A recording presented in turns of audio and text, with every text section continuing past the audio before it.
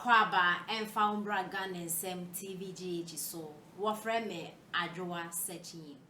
Yes, I don't care about no be to convoy nam Kumase Usukra Yenti Obia no we are no akogran I can say Asante for the good crab Rose Mama so Obi no so 1 million votes for Asante region. Wow. So you can see inside idea yo musuban yeah man aso yeah pa yeah me aso na wo hwe omo communicators ne omo Sammy Gyamfi a young man like this to meet na TV so no kase no pointing in such reality say Ghana Bar Association listen to wisdom. That person he doesn't even understand gestures. That when you are speaking to public now what the one say actually with him o pass actually so nimpa wo kan wasa man oni nyansa into muntie wisdom then you are telling the Ghana Bar Association an association you are a member of they have taken a decision you are not happy with it and you are on TV tell them say oni nyansa why didn't you ejima wo kra mpo wunche Bar Association fee biem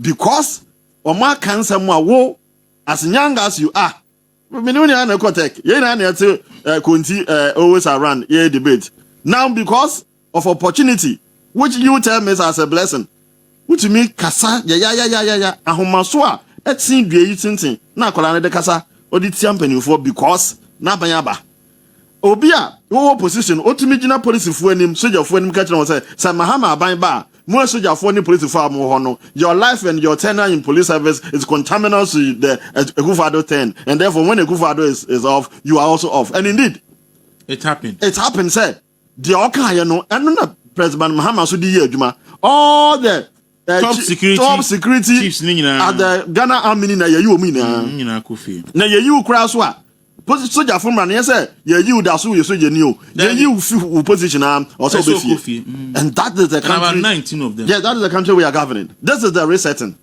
this is what President Mahama promised na ni age where you soldier from penifo free for no na ni so age say abrante bo Burkina yeku ma odina koye onyina koye nyanko na obi nkese pudu nhye na se hia ye na eba yune ebedine dwo so when you age so obi ayeku e ma ono ye wadanfo meanwhile wo fie what tia pansa sojafo adwuma no why ne basa akakane institutions mienu a ewo obuo Ghana ayemfa manyosem enko eye the Ghana Armed Forces and then the judiciary obaye wa politicizing why ni na then idea ne say o say obi biara oni ono politically o mampeni Mahama enya adwen no o say yi ni fi ho but a risky because and control the executive control parliament judicial na can be serve exactly and balance so no o be say o destabilize na o san control and so kan woni ma adwen a woni trim say o mampeni Mahama nim say Ghana mbra na say the TSC no ontumi nko third term okay wa kwad no first term e wi akọ second term na ndc fu ni obi a wade ne ba o nti wa hwehwe ma hu say obi na obotuma mache owura Mahmoud Bawumia in terms of ideas in terms of plans in terms of marketing in terms of even dignity eniminyam kra ewo nanim no obi na obotuma mache no nti ache so ono ankasa san ba biem na obasia baby wa ache so onya a bench from the Supreme Court to be interpret law ne say sa say yenko 2 term 3 term no yes so and therefore Mahama qualifies to contest again into the oye na a 2 term 3 term agenda okay but whether that will materialize or not because of the third term agenda exactly so collapse judiciary no onya nkrof anything na wedding wasia paw ajagefo nson ebeka de wo ho a wo se do so dada no wasia fa ajagefo nson ebeka ho enti se nson no ba ebeka ehye ho na se chief justice no so oni ho so obi the court say me person mu interpret this article actually say obi ntumi nko omampani mpan miensa no mu nchechire me a obotumi a empanda ajagefo aba betena so aka say Mahama de wa 2 terms na ntoa so eye ntwetwemu nti obosun atumi adan akobio no wanya kwan asan adan akose eye tete that is the idea any papa mba o man mu ensa ye na ye hwe na MPP mo bia take MPP for granted say you lose aba MPP is one of the formidable political party from UP Even Lawrence Abroso, Kumi Preko Abroso, Abaye Abroso, Yavane say, don't call me Abroso. MPP for a year, Juma could do time one. Yaba Bemu. Now, of course, Supreme Court one. Who embraces sa Eba Ghana, my mama, Kabim Kabi Kosina, Ebu say MPP versus Attorney General, MPP versus 2-4 versus Attorney General. These are all MPP members. What person what tent in Ghana? Am I a Sabino? Kabim Kabine ye Juma. So we'll continue to fight. All legitimate means here. Embrama Kwan say ya fashion, ya ba fast work could say. Mahama, ne sa 3 term no into me yejuma na embe munso because the law doesn't allow it.